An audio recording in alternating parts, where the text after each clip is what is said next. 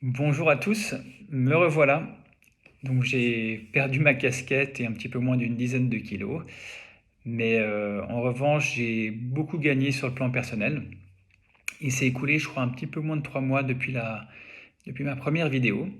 Mais il y a eu beaucoup de rebondissements dans ma vie. Et puis à la suite de tous vos messages et toutes vos prises de nouvelles, je me suis dit qu'une petite vidéo serait une bonne idée. Donc me voilà. Premièrement, je vous remercie vraiment tous pour le très grand nombre de messages et d'emails de soutien que j'ai reçus. C'est vraiment fabuleux. Et ça fait vraiment suite à ce que je disais dans ma première vidéo, à savoir que la maladie n'apporte pas que son lot de moments éprouvants.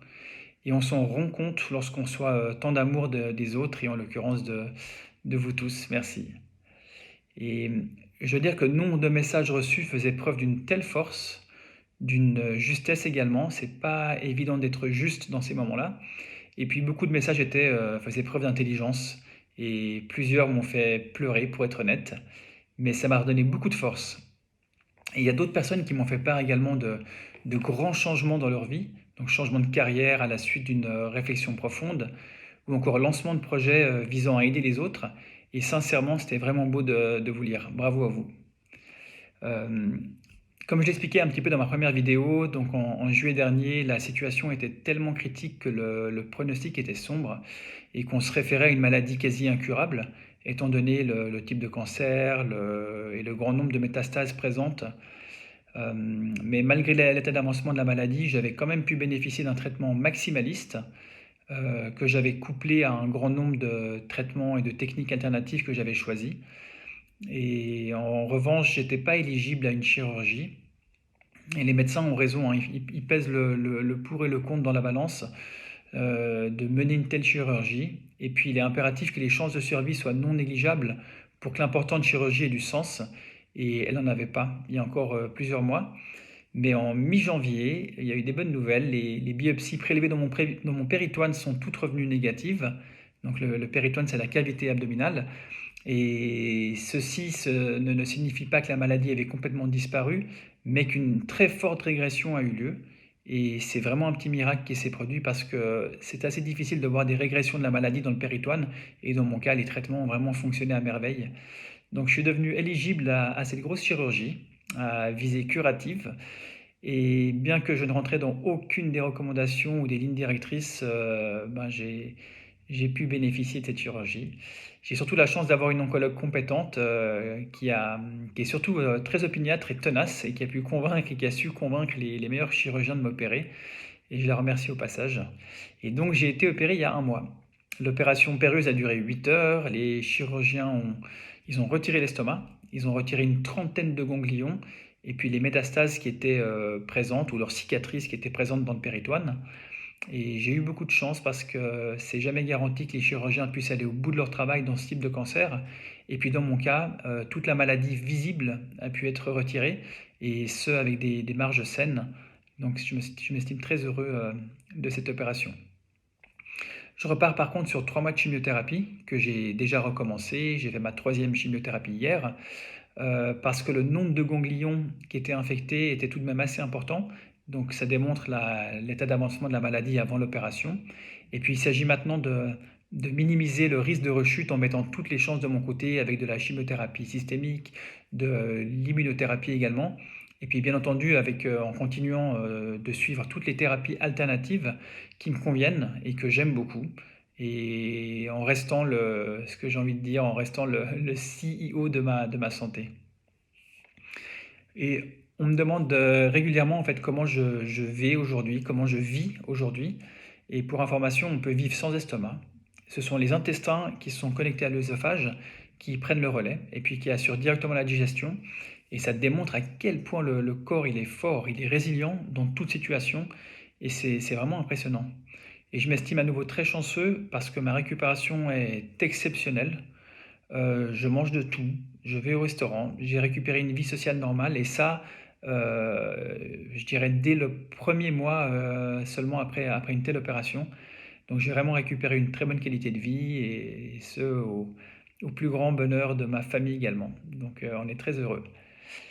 Et donc là, on passe du constat d'une maladie qui était presque incurable à de vrais espoirs de guérison. En tout cas, j'ai de gros espoirs de guérison de mon côté et c'est fabuleux. et je reste toujours très confiant sur l'issue finale. On verra bien, le temps nous le dira.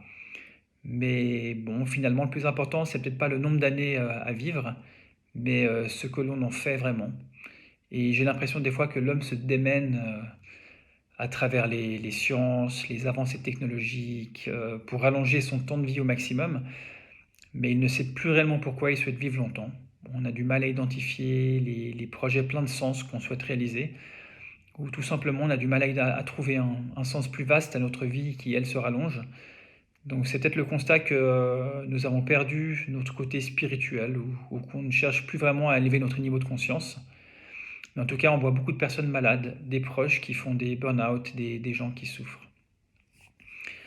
Donc, bien entendu, il y a encore du chemin à parcourir de mon côté, et on ne connaît pas l'issue finale, comme je le dis. Mais comme je l'expliquais dans ma première vidéo, j'ai fait un grand travail afin d'évacuer la peur de la mort, et en réalisant surtout que, comme chacun d'entre nous, je pouvais mourir à tout instant. Et je continue donc de vivre le moment présent aussi profondément que je le peux, et je vais devoir continuer à vivre dans ce paradigme pendant toute ma vie. Parce que une des spécificités de ma maladie, c'est qu'elle elle ne peut pas être détectée au scanner, ni dans le sang, et qu'il faut passer par des chirurgies exploratoires afin de contrôler sa disparition. Et bien entendu, on ne peut pas m'opérer tous les 3 mois, c'est quand même très contraignant. Donc il devient donc nécessaire de vivre sans pouvoir maîtriser, sans pouvoir tout maîtriser. Et puis il faut accepter ces situations. Il y a plusieurs personnes d'entre vous qui m'ont demandé si, après ce que j'avais vécu, si j'avais des recommandations et des conseils qui permettent d'appréhender les épreuves de la vie qui sont difficiles. Et donc j'ai réfléchi un petit peu à cet aspect-là. Et puis en réalité, ce qui m'a beaucoup aidé et qui continue de m'aider, c'est de faire la distinction entre une épreuve et ce que je nommerais une expérience qui, elle, requiert un niveau de détachement plus important. Donc je m'explique, on peut tenter de vivre les épreuves avec un certain détachement, un certain recul. C'est un peu comme une expérience qu'on observerait de l'extérieur, mais qui nous concerne bien entendu, hein, plutôt qu'une épreuve à laquelle nous sommes fortement liés émotionnellement. Et c'est ce recul en fait qui me permet de mieux passer à travers l'épreuve et surtout d'apprendre beaucoup de choses et d'apprendre des leçons précieuses, d'en ressortir grandi. Euh, pour ma part, la méditation et la pratique de la pleine conscience m'ont apporté une aide précieuse. Euh, je dirais que ça me permet de me concentrer sur le moment présent et d'éviter de laisser mon mental prendre le dessus et d'inventer un tas de scénarios potentiels et inimaginables qui pourraient survenir pendant et après l'opération. Donc en vivant le moment présent, j'arrive à calmer tout ça et à prendre un certain recul. Je sais que ça peut paraître un peu théorique et peu aisé d'atteindre un tel détachement quand ça nous affecte réellement et que la situation est très compliquée, mais j'ai remarqué que la clé, elle réside en tout cas, à mon sens, dans l'acceptation de chaque situation. Si je tente de lutter contre l'épreuve, qui est un fait, hein, ça ne me permet pas d'atteindre le détachement et le recul nécessaire, mais dès lors que j'accepte cette situation, que je laisse les choses aller, c'est un peu comme s'il y avait une paix intérieure qui m'envahissait, et puis ensuite je suis à même d'aborder l'épreuve de façon très différente. Et par exemple, à travers cette opération qui n'est pas anodine, hein, parce qu'on retire un organe qui est important, bah, j'ai vécu ce que peu de gens ont vécu. Et je me suis donc demandé quels enseignements uniques je pouvais en tirer et dont je pourrais bénéficier pour mieux aborder d'autres expériences de la vie. Parce qu'en réalité, il y a beaucoup de situations de la vie qui s'abordent exactement de la même manière, même si en essence, elles nous paraissent être très différentes. Et plus j'y réfléchissais, plus je me disais que dans la vie, ce qui nous appartient réellement, qu'est-ce que c'est? Eh bien, il n'y a pas grand-chose de matériel. En fait, je crois que le matériel nous est un peu prêté pour jouissance pendant un moment donné. Et la seule chose qui nous appartient réellement dans la vie, c'est le moment présent et ce dont nous faisons l'expérience. Que ce soit des épreuves, des difficultés ou du bonheur, hein, peu importe. Mais l'expérience, c'est ce qui nous appartient. Et j'ai donc tenté de vivre ces expériences de façon profonde. Et Je pense que ma posture par rapport à cette expérience, en tout cas la grosse opération, je l'ai notamment construite à la suite et grâce à toutes vos questions et à vos commentaires qui m'ont beaucoup fait réfléchir. Il y a beaucoup d'entre vous qui m'ont demandé, en fait, qui m'ont posé des questions sur l'opération que j'allais subir. Et la plupart d'entre vous, ce qui est très légitime, m'a demandé comment j'appréhendais le fait de vivre sans estomac, quelles étaient mes peurs, etc.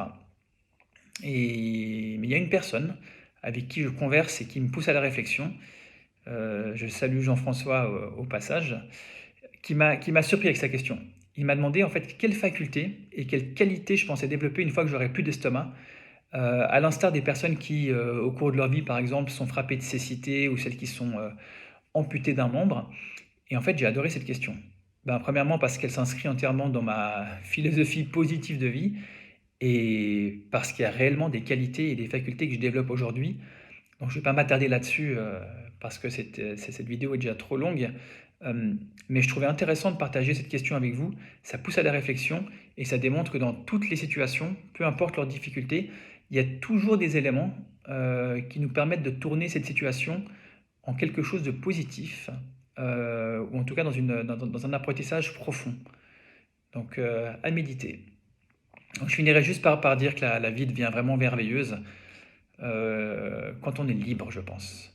Et on pense tous être libres, mais en réalité, nos choix dépendent très souvent, pas entièrement de nous, mais ils sont influencés fortement par nos peurs, je pense, par nos biais cognitifs, par le regard des autres, etc. Mais lorsqu'on se découvre petit à petit et qu'on s'assure que nos choix ils sont en parfaite adéquation avec qui nous sommes, alors on se sent réellement libre. Et on profite du moment présent, et ça déclenche quelque chose de très nouveau en soi, en tout cas pour ma part. Et je pense que c'est lorsque ces choix ne sont pas en adéquation avec qui nous sommes qu'une maladie peut survenir, ou un burn-out, ou peu importe quelle situation difficile.